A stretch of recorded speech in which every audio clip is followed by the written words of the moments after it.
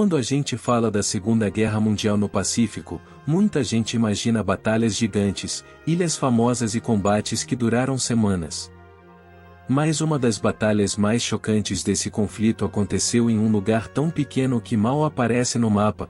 Em novembro de 1943, a minúscula ilha de Tarawa virou palco de um dos desembarques mais sangrentos da guerra e mostrou, de forma bem clara, que o caminho até o Japão seria muito mais difícil do que os americanos imaginavam.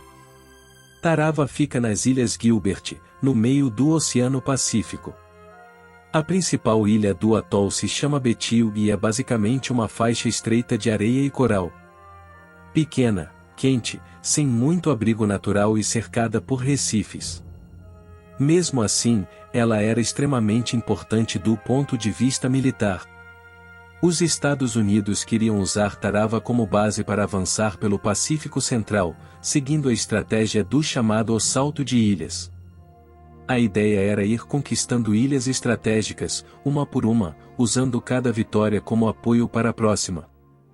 Nessa fase da guerra, os americanos já tinham parado o avanço japonês e começavam a virar o jogo. Depois de batalhas como Midway e Guadalcanal, ficou claro que o Japão não era invencível. Mas também ficou claro que cada ilha conquistada custaria caro. Tarawa seria a próxima prova disso. Os japoneses sabiam muito bem da importância da ilha e não perderam tempo. Durante meses, eles transformaram Betil em uma verdadeira fortaleza. Construíram bunkers de concreto, cavaram trincheiras, posicionaram metralhadoras e canhões cobrindo praticamente todas as praias possíveis de desembarque. Tudo foi pensado para dificultar ao máximo qualquer ataque direto.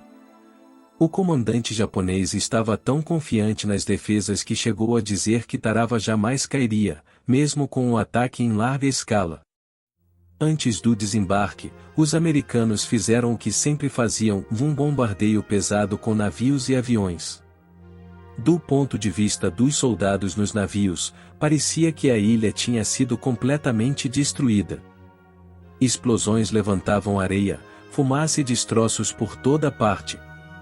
Muita gente acreditou que quase ninguém teria sobrevivido àquilo. O problema é que os bunkers japoneses eram fortes o suficiente para resistir ao bombardeio, e muitos defensores simplesmente ficaram protegidos, esperando o momento certo. O desembarque começou no dia 20 de novembro de 1943, e logo de cara tudo começou a dar errado. Um erro no cálculo da maré fez com que várias embarcações de desembarque encalhassem nos recifes de coral, bem longe da praia.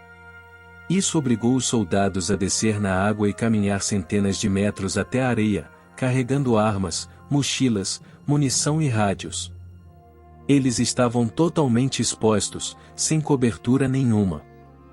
Quando os japoneses abriram fogo, o caos se instalou. Metralhadoras começaram a disparar sem parar contra os soldados que ainda estavam na água. Muitos foram atingidos antes mesmo de chegar à praia. Outros ficaram feridos e simplesmente não conseguiam se mover. Alguns se afogaram por causa do peso do equipamento. A água ficou cheia de destroços, armas abandonadas e corpos. Foi um dos momentos mais violentos de toda a guerra no Pacífico. Mesmo assim, alguns grupos conseguiram chegar à praia. Não havia organização, não havia linhas claras de ataque. Cada um tentava sobreviver como podia. Os soldados se jogavam na areia, se escondiam atrás de crateras, troncos ou qualquer coisa que oferecesse um pouco de proteção. A partir daí, a batalha virou uma luta lenta, cansativa e extremamente perigosa. O combate em terra foi basicamente um trabalho de limpeza ou bunker por bunker. Cada posição japonesa precisava ser atacada de perto. Muitas vezes, isso significava chegar bem próximo, jogar granadas ou usar lança-chamas. Os japoneses quase nunca se rendiam. A maioria lutava até o fim, o que tornava tudo ainda mais difícil e sangrento. Não era uma batalha de grandes movimentos, mas de pequenos avanços conquistados a um custo enorme. O ambiente também não ajudava em nada. O calor era intenso, a falta de água potável era um problema sério e o cansaço se acumulava rapidamente. À noite, quando se esperava algum descanso, os japoneses ainda lançavam contra-ataques, mantendo os americanos em alerta constante. Ninguém dormia direito. O estresse físico e psicológico era enorme. Com o passar das horas e dos dias, os americanos começaram a ganhar terreno, pouco a pouco. O apoio naval passou a ser usado de forma mais direta, com navios disparando contra posições específicas na ilha. Alguns tanques conseguiram chegar à praia e ajudaram a destruir bunkers mais resistentes. Aos poucos, a defesa japonesa foi sendo quebrada.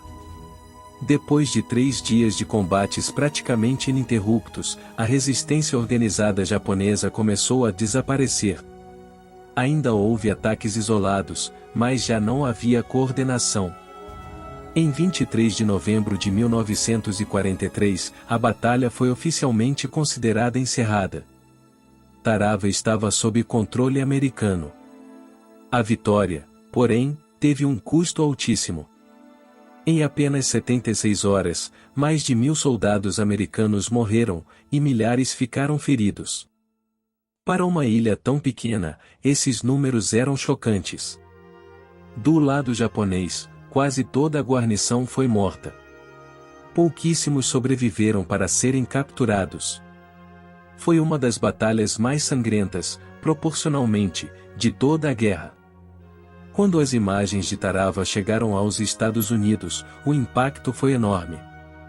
Pela primeira vez, a população viu cenas reais da guerra no Pacífico, com corpos espalhados pela praia e soldados mortos ainda dentro da água. Aquilo mudou a forma como muita gente enxergava o conflito. Ficou claro que a guerra estava longe de ser rápida ou fácil.